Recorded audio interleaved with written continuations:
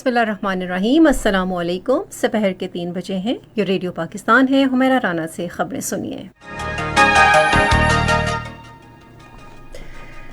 اہم خبروں کا خلاصہ۔ وزیراعظم کی صدارت میں وفاقی کابینہ کا اجلاس آج اسلام آباد میں ہوا، جس میں ملک کی مجموعی سیاسی اور اقتصادی صورتحال کا جائزہ لیا گیا۔ وزیراعظم نے آئندہ 14 ماہ میں ملک کو اقتصادی طور پر مستحکم کرنے کا عزم ظاہر کیا ہے۔ پاکستان کو IMF سے 7ویں اور 8ویں مشترکہ جائزے کے لیے معاشی اور مالیاتی پالیسیوں کی دستاویز کا مسودہ موصول ہو گیا ہے۔ ریڈیو پاکستان کا بھارت میں ٹویٹر اکاؤنٹ بلاک کر دیا گیا ہے، جو معلومات تک رسائی اور آزادی اظہار رائے کے جمہوری حق کی صریح خلاف ورزی ہے۔ ٹیکساس میں سان انطونیو میں لیک لینڈ ایئر بیس کے نزدیک ایک ٹریکٹر ٹرالی میں 46 افراد مردہ پائے گئے ہیں، اور 19 سال سے کم عمر کھلاڑیوں کا ایک روزہ قومی کپ کرکٹ ٹورنامنٹ آج سے ملک کے 5 شہروں میں شروع ہو رہا ہے۔ اور اب خبریں تفصیل کے ساتھ۔ شہباز شریف کی صدارت میں وفاقی کابینہ کا اجلاس آج اسلام آباد میں ہوا۔ اجلاس میں ملک کی مجموعی سیاسی و معاشی صورتحال کا جائزہ لیا گیا۔ وزیراعظم شہباز شریف نے اگلے 14 ماہ میں ملک کو معاشی استحکام کی طرف گامزن کرنے کے عزم کا اظہار کیا ہے۔ انہوں نے آج اسلام آباد میں وزارت منصوبہ بندی و ترقی کے زیر اہتمام ٹرن اراؤنڈ پاکستان کانفرنس سے خطاب کرتے ہوئے کہا کہ پاکستان سیاسی استحکام کی طرف درکار ہے۔ انہوں نے کہا کہ ہمیں ذاتی مفادات سے بالا تر ہو کر سوچنا ہوگا اور طویل المیعاد فیصلے کرنا ہوں گے جس سے ملک کی تقدیر بدلے۔ شہباز شریف نے کہا کہ پاکستان عالمی مالیاتی ادارے سے $2 ارب حاصل کرے گا، تاہم ہماری حتمی منزل خود انحصاری کا حصول ہے، کیونکہ آزادانہ سیاسی اور معاشی فیصلے کرنے کی یہ واحد ضمانت ہے۔ انہوں نے اس امر پر اطمینان کا اظہار کیا کہ امیر طبقے کی اکثریت نے سپر ٹیکس کو قبول کر لیا ہے، جس سے 230 ارب روپے حاصل ہوں گے۔ انہوں نے یقین دلایا کہ یہ رقم موجودہ اخراجات پر خرچ نہیں کی جائے گی بلکہ معاشی ترقی کے لیے استعمال کی جائے گی۔ وزیراعظم نے کانفرنس کے شرکاء سے کہا کہ وہ زراعت اور زرعی صنعتوں اور برآمدات کو بڑھانے کے علاوہ کاروبار اور سرمایہ کاری کے فروغ کے حوالے سے بھی تجاویز دیں۔ انہوں نے کہا کہ ہم 1 ماہ کے اندر سرخ فیتے اور NOC کے کلچر کو ختم کرنا چاہتے ہیں۔ منصوبہ بندی اور ترقی کے وزیر احسن اقبال نے اظہار خیال کرتے ہوئے کہا کہ پاکستان شعبہ جاتی اصلاحات پر کاربند رہتے ہوئے اور صنعتی اور زرعی شعبوں کو ترقی دے کر برآمدات بڑھانے سے خود انحصاری حاصل کر سکتا ہے۔ مساوی ترقی کی ضرورت پر زور دیتے ہوئے احسن اقبال نے کہا کہ وزیر اعظم نے ملک کے 20 غریب اضلاع کی ترقی کے لیے ایک پروگرام ترتیب دیا ہے تاکہ ترقی کے فرق کو ختم کیا جا سکے۔ وزیر خزانہ مفتاح اسماعیل نے اس موقع پر اظہار خیال کرتے ہوئے کہا کہ پاکستان کو اب دیوالیہ ہونے کا کوئی خطرہ نہیں۔ انہوں نے کہا کہ ہم بنیادی خسارے کو 1600 ارب روپے سے کم کر کے 125 ارب روپے تک لانا چاہتے ہیں۔ مفتاح اسماعیل نے کہا کہ ملک کی معیشت کو درست راستے پر گامزن کرنے کے لیے ہر پاکستانی کو ٹیکس دینا چاہیے۔ انہوں نے واضح طور پر کہا کہ موجودہ حکومتیں معیشت کے استحکام کے لیے مشکل فیصلے کیے ہیں اور وہ اس سلسلے میں مزید فیصلوں سے بھی گریز نہیں کرے گی۔ ایوان صنعت و تجارت اسلام آباد کے صدر محمد شکیل منیر نے ملک درپیش صورتحال میں حکومت سے تعاون کی یقین دہانی کرائی۔ انہوں نے تجویز دی کہ دارالحکومت کے تاجروں کے لیے خصوصی اقتصادی زون قائم کیا جائے۔ پاکستان کو IMF سے 7ویں اور 8ویں مشترکہ جائزے کے لیے معاشی اور مالیاتی پالیسیوں کی دستاویز کا مسودہ موصول ہو گیا ہے۔ وزیر خزانہ مفتاح اسماعیل نے یہ اعلان ٹویٹر پر ایک پیغام میں کیا۔ معاشی اور مالیاتی پالیسیوں کی دستاویز کا مسودہ عملے کی سطح پر معاہدہ طے کرنے کی راہ میں ہموار کرنے کی بنیادی شرط ہے۔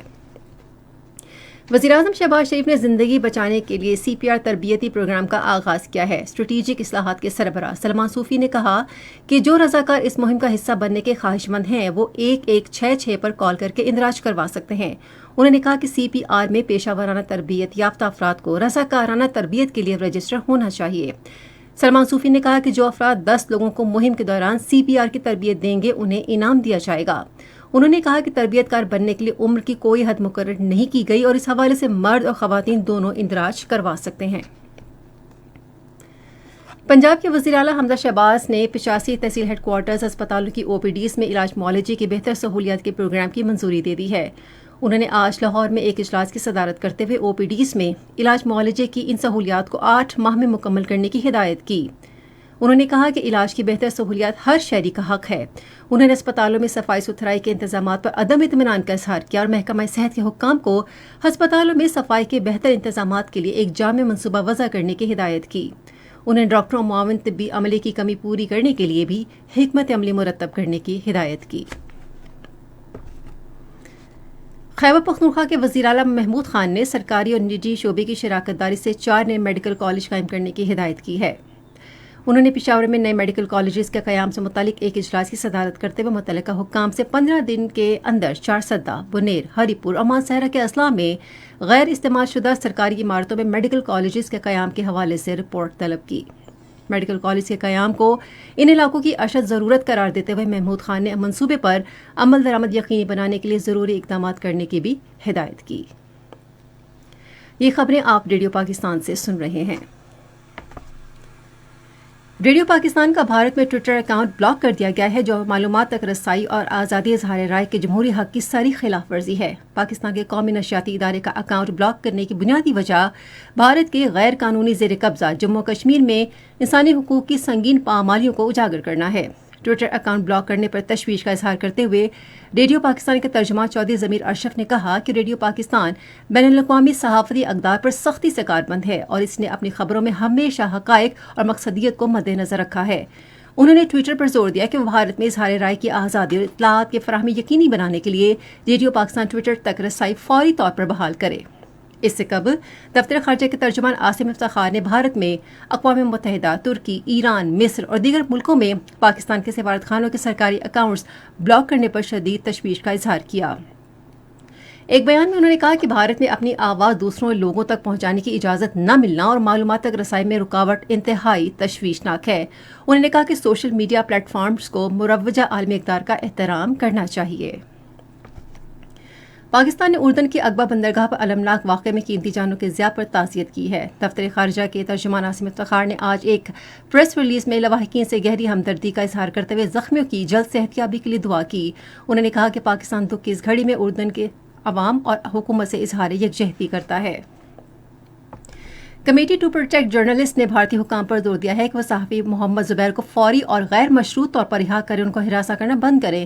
واشنگٹن میں سی پی جے کے Asia program coordinator Steven Butler نے ایک بیان میں کہا کہ محمد زبیر کی گرفتاری بھارت میں آزادی صحافت پر قدغن کی ایک اور مثال ہے، جہاں حکومت نے فرقہ وارانہ مسائل پر بات کرنے والے صحافیوں کے لیے مخالفانہ اور غیر محفوظ ماحول پیدا کر دیا ہے. امریکی ریاست ٹیکساس میں سان انطونیو میں Lackland air force base کے قریب ایک ٹریکٹر ٹرالی سے 40 نعشیں ملی ہیں. یہ نعشیں کیسن ڈرائیو اور کنٹینا روڈ کے چوراہے کے قریب شہر کے جنوب مغربی حصے کے ویران علاقے میں 18 پہیوں والی گاڑی سے ملی ہیں. پولیس کے مطابق جس وقت یہ نعشیں ملی اس وقت جنوبی ٹیکساس میں درجہ حرارت 39.4 ڈگری سینٹی گریڈ تھا. 19 سال سے کم عمر کھلاڑیوں کا ایک روزہ قومی کپ کرکٹ ٹورنامنٹ آج سے ملک کے 5 شہروں میں شروع ہو رہا ہے. پاکستان کرکٹ بورڈ کے مطابق 6 ریجنل کرکٹ ایسوسی ایشنز کی 12 ٹیمیں ٹورنامنٹ میں حصہ لے رہی ہیں. 6 بلوز ٹیموں کو پول اے میں رکھا گیا ہے اور وہ اپنے میچز اسلام آباد اور راولپنڈی میں کھیلیں گی، جبکہ 6 وائٹ ٹیموں کو پول بی میں رکھا گیا ہے اور ان کے میچ فیصل آباد، لاہور اور شیخوپورہ میں ہوں گے. ٹورنامنٹ آئندہ ماہ کی 8 تاریخ تک جاری رہے گا. محکمہ موسمیات کی پیش گوئی کے مطابق آئندہ 12 گھنٹے کے دوران ملک کے بیشتر میدانی علاقوں میں موسم زیادہ تر گرم اور مرطوب، جبکہ بالائی سندھ اور جنوبی پنجاب میں شدید گرم اور مرطوب رہے گا. تاہم کشمیر میں بعض مقامات پر گرج چمک کے ساتھ بارش کا امکان ہے. آج ریکارڈ کیا گیا بعض شہروں کا درجہ حرارت: اسلام آباد اور Gilgit 40 degree centigrade, Lahore, Peshawar, Muzaffarabad 41، Karachi 36، Quetta 38، مری 28، سری نگر 30، جموں 35 اور Leh 17 degree centigrade record کیا گیا.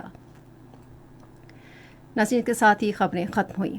مزید خبروں اور تجزیوں کے لیے آئیے ہماری ویب سائٹ پر radio.gov.pk اور فیس بک کے link radio Pakistan news official پر براہ راست ویڈیو سٹریمنگ بھی ملاحظہ کیجیے. اللہ نگہبان.